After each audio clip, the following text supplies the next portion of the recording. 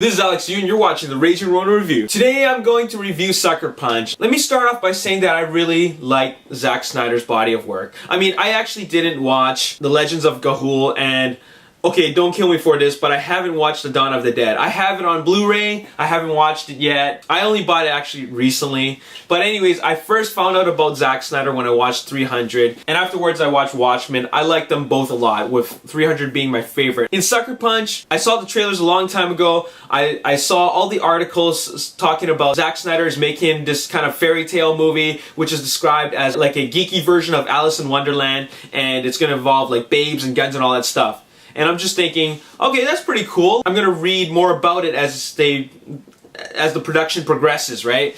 So the more I read about it, the more interested I became, and the more I realized that this isn't based off of anything. This is actually Zack Snyder's very first original piece of work. When I finally saw the first trailer, I was just stunned by all the geeky visuals. You got mechs, you got robots, you got babes, you got guns, martial arts, samurais, orcs, cleavage. Oh, you got dragons too, and you got castles and things like that. And you're just thinking, this movie looks freaking awesome. How can it go wrong? I watched it. It's just not a very good movie. There are really two aspects of this movie. The fantasy aspect, which we're all waiting for, and the reality aspect. And the reason why I feel it doesn't work is because it just transitions from the reality to the fantasy so abruptly. Like there is no real relation between the two. The fantasy aspects and all that, the sci-fi scenes, is just really an excuse for Zack Snyder to put in all these really geeky things into a movie.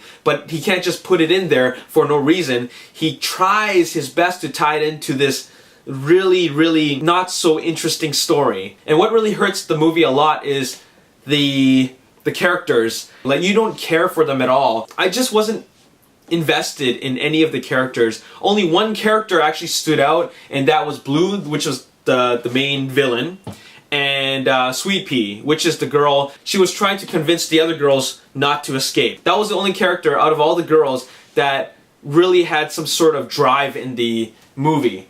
But our main character, Baby Doll, she doesn't even do a whole lot of talking in the movie. All the other girls were just there for eye candy. But you might think like, oh, but this movie is like, you know, it's a visual movie. It's not a movie that is about like amazing story. It's about the visuals. You know, that's how I went into the movie. I went in thinking about that, oh, I'm going to be treated to awesome visuals and I shouldn't care about the story that much, right?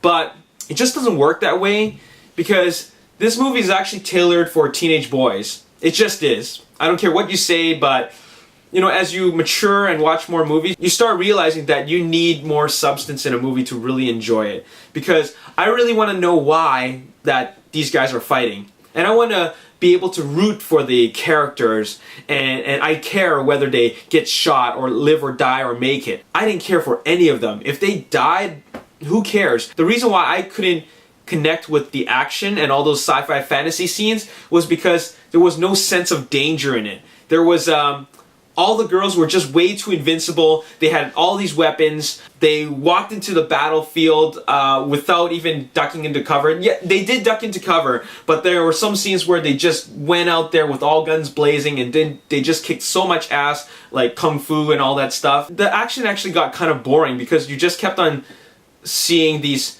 same things over and over again. Okay, fine. The first sequence with the samurais, that was cool. Once they got to that World War I scene, it was just, I didn't care for the entire sequence at all. The girls were just too strong.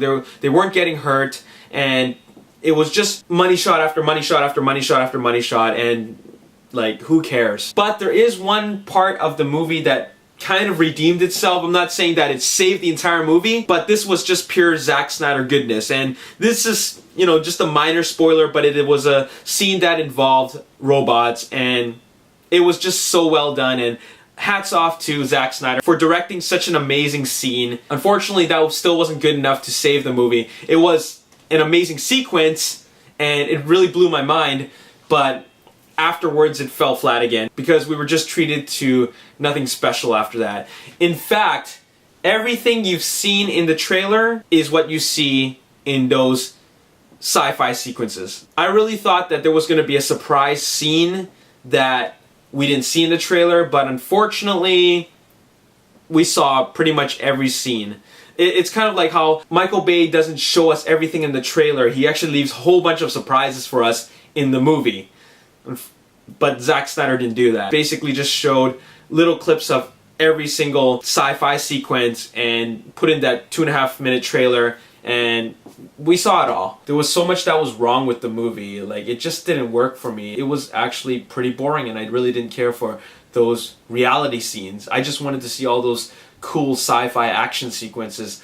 Unfortunately, having a whole bunch of these kind of sequences is a bit of overkill when you don't really care about the characters. I was disappointed in the fact that I couldn't enjoy it as much as I really wanted to. Because, I mean, I like Zack Snyder, and I am looking for a Superman reboot, The Man of Steel. So I really can't give this movie a good score. I'm gonna have to give it a 5 out of 10. Maybe even a 5.5 out of 10, but that's actually really generous because Rotten Tomatoes just killed this movie. They gave it 18%. It was definitely a letdown. I was really anticipating this movie, but it didn't deliver the goods. I am still gonna buy it on Blu-ray. I know it's a bit hypocritical of me, but I am a Zack Snyder fanboy, and I intend to watch those sci-fi sequences again on my home theater. Anyways, that's all I have to say. This is Alex Yu. Thanks for watching the Ragin Ronin review. Peace. Peace up about with regards to what they really mean when they say live-action remake of Akira. Now, I think the best way to really describe this production is the Hollywood